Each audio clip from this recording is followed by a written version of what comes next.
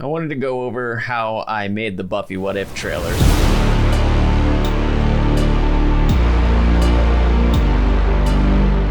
So I'm going to step through the 4 or 5 different phases of putting this whole thing together.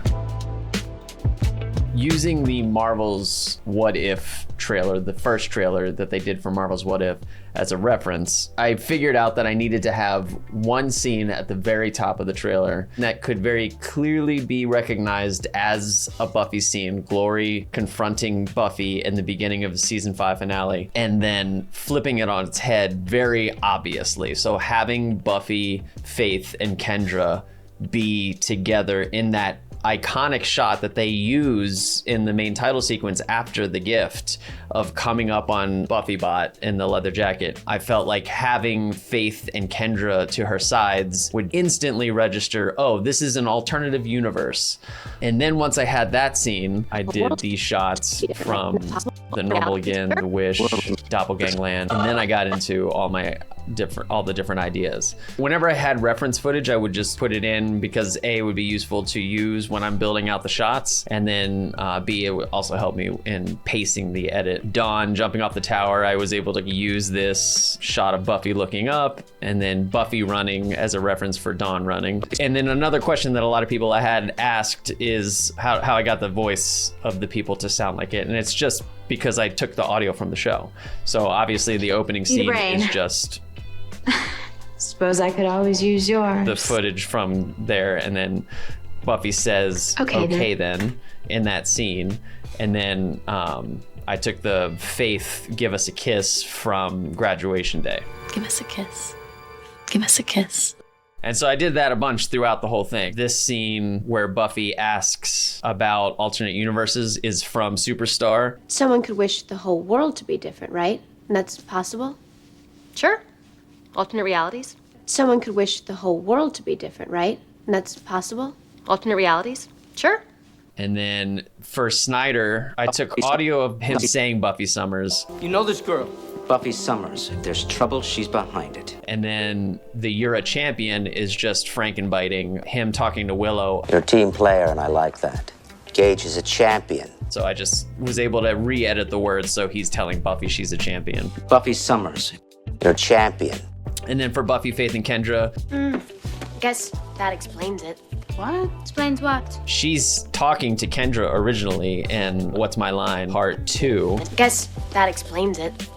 Explains what? And I just put in Faith's what from Empty Places in season 7. What? So it honestly just took knowing where different types of phrases were. Tripping to an alternate universe, pretty damn cool. So I was like pacing out all these different sections and just texting it up and getting the pacing right for how long I wanted to cover all of these things and getting the title cards in. And then I found a cue through a service I use called Alibi Music. I took all the stems from it and made it its own thing in this edit here. So that's what the string out looked like before I animated anything. And so then I needed to have all of these characters modeled. And I've dabbled in character modeling before, and I did it when I first got into animation. I did Buffy Into the Slayerverse, which was one of my first animations, and I modeled the characters. And I personally don't think they look great now that I look back on them. It was a great learning experience, but I really wanted high quality models. So I reached out to Muzz Jamal on Instagram. I would send references of characters. I would hire a character artist specifically for Buffy. I did that. And then other times I would take the characters from the comic books and from the show to have as reference for what they should look like. And then Muzz Jamal was able to just get it all to feel like it was all within the same world. It's just every single model that was delivered was high quality. Cannot recommend enough if you need characters modeled. Go to Muzz Jamal, I tagged him in the description. And so this is what would be sent. This is the original model, not rigged or anything. This is what the model looks like when it comes in. So then I had to hire a rigger to rig all my characters for me. Then I animated all the shots. It basically took me a long time to just get this done because for my full-time job, I'm a content creator and make Lego animations of popular scenes. And so animating all these shots took a lot of time. So over the course of the past year and a half, I've been jumping in and animating these shots, and I would just fill out this trailer with previs animations. They wouldn't be great, but I just wanted to get the whole thing down, animated and done.